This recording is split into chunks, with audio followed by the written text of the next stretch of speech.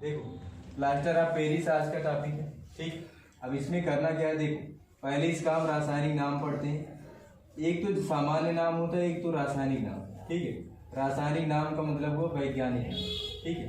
रासायनिक नाम में होगा, ठीक, calcium sulphate, calcium sulphate hemihydrate होता है। हेमी का मतलब 1/2 हुआ, ये आपका हाइड्रेट, ठीक है।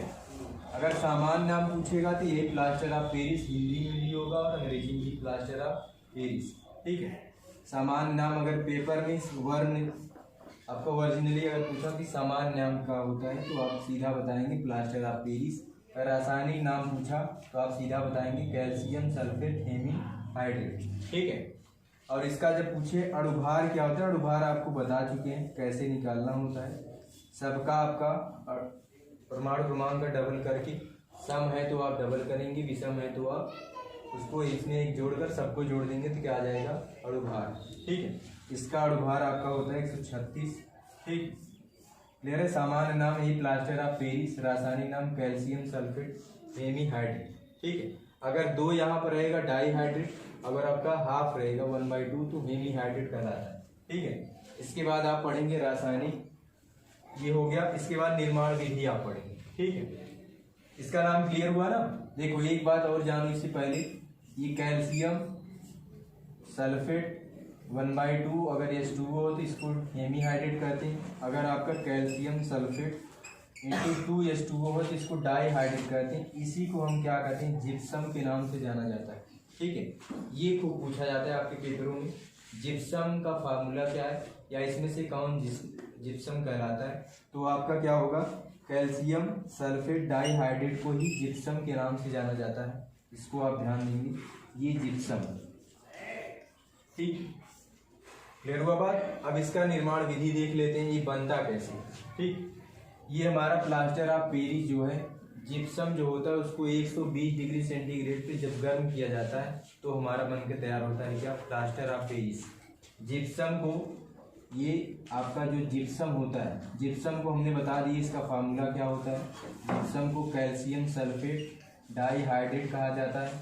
इसी जिप्सम को क्या करते हैं, 120 डिग्री सेंटीग्रेड ताप पर गर्म करने पर क्या बनता है, प्लास्टर ऑफ पेरिस का निर्माण होता है, ठीक। ये निर्माण विधि पूछा जाता है, पूछेगा डायरेक्टली आपके, अगर 10 में पूछा तो आपका श्योर पूछेगा प्लास्टर ऑफ पेरिस का निर्माण विधि तथा रासायनिक गुण लिखिए। लॉन्ग में बना तो, ऑप्शनल में बना तो जिप्सम का रासायनिक नाम पूछ दिया, या तो जिप्सम का सूत्र पूछ दिया, अणुसूत्र पूछ दिया, कुछ भी पूछ दिया, आपको हर चीज से कवर होनी चाहिए, ठीक है।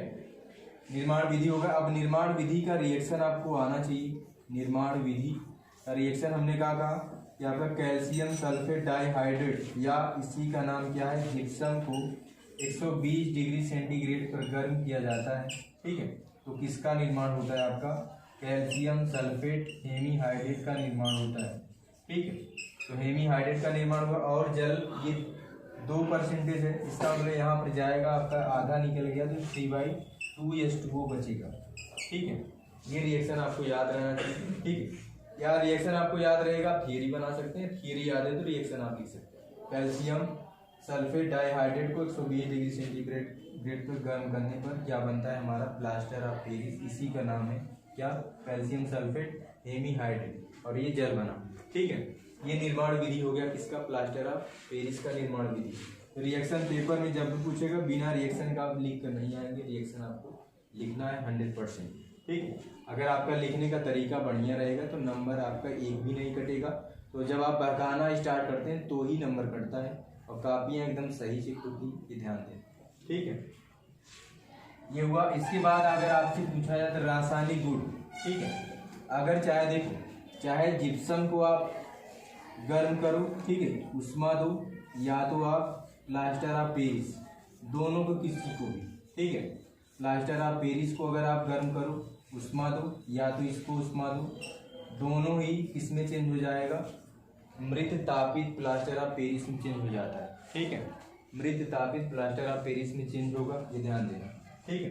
चाहे जिप्सम को आप गर्म करो, चाहे आपका प्लास्टर ऑफ पेरिस को गर्म करो, दोनों को आप अगर आप गर्म करते हैं तो वही 100% जो बन कर तैयार होगा उसी को हम कहते हैं मृत तापित प्लास्टर के नाम से जाना जाता है, ठीक है।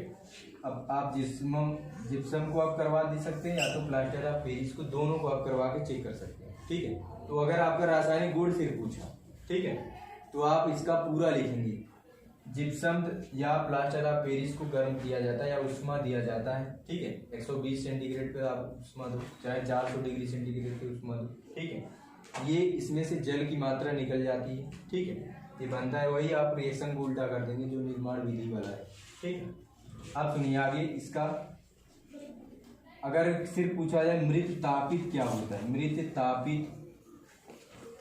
तापित प्लास्टर क्या होता है, अगर पेपर में सिर्फ इतना पूछा, ठीक, मृत तापित प्लास्टर सिर्फ इतना अगर पूछा तो आपको लिखना पड़ेगा जिप्सम या प्लास्टर ऑफ पेरिस को 120 डिग्री सेंटीग्रेड पर गर्म करने पर जो आपका बनता है, ठीक, उसमें से जल तक आप गर्म करेंगे तो वाष्पीकरण हो जाएगा, जो आपका बनेगा उसी को हम क्या कहते हैं, मृत तापित प्लास्टर के नाम से जाना जाता है। ठीक, ये हो गया मृत तापित। एक आपका होता है प्लास्टर ऑफ पेरिस का जमना क्या होता है। ठीक है, प्लास्टर ऑफ पेरिस का जमना क्या होता है, ये पूछा गया आपके 2-3 बार आपकी पेपरों में। प्लास्टर ऑफ पेरिस का जमना क्या होता है।